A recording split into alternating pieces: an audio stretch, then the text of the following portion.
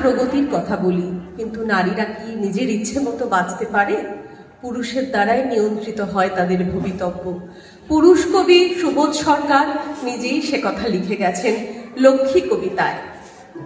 লক্ষ্মী, তুই যখন এলি ক্যানিং থেকে বরানগর, শরীরে তোর সদ্য বিয়ে, দিঘির মতো দু চোখ তোর, দু চোখে তোর বরানগর, দু চোখে তোর শ্বশুর বাড়ি, টিনের চাল, মাটিতে শোয়া, মাথার পাশে ভাতের হাঁড়ি, বাসি রুটির সঙ্গে নুন, সঙ্গে ভাত একটুখানি, তাতেই সই তুই তখন বস্তি ঘরে রাজেন্দ্রাণী।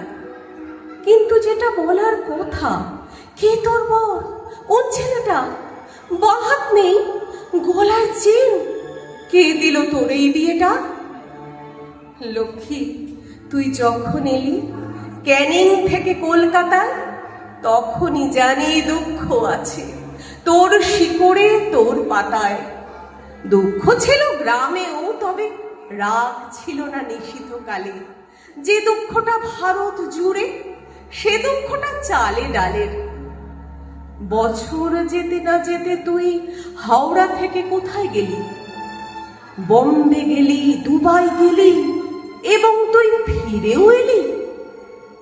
লক্ষ্মী, তুই দুবাই বসে সরু চালের ভাত খেতিস।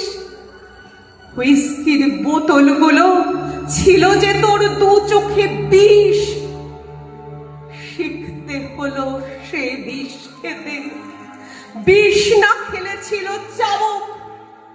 ক্যানিং থেকে দুবাই এসে শুকিয়ে গেল দিঘির বুক।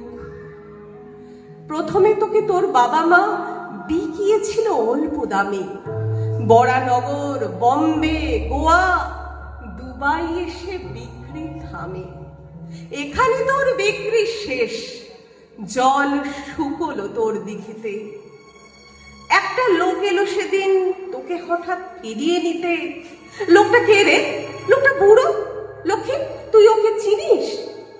ও তোর বর, ও তোর স্বামী। কোথায় যেন দেখেছিলিস? বিয়ের রাতে এক ঝলক, বরানগরে তুই একবার। কোথায় খেত, কোথায় শুতো, থেকে থেকেই যেত বিহার। ধরেনি হাত, ধরেনি বুক, কখনো তোকে মারেনি চর।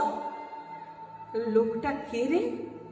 আজ প্রথম ধরলো হাত নিজের বর। চুরি পরালো নতুন শাড়ি, টিকিট কেটে বম্বে মেল, মাটির ভাঁড়, সেদ্ধ ডিম, মেল চলেছে এলো বিকেল।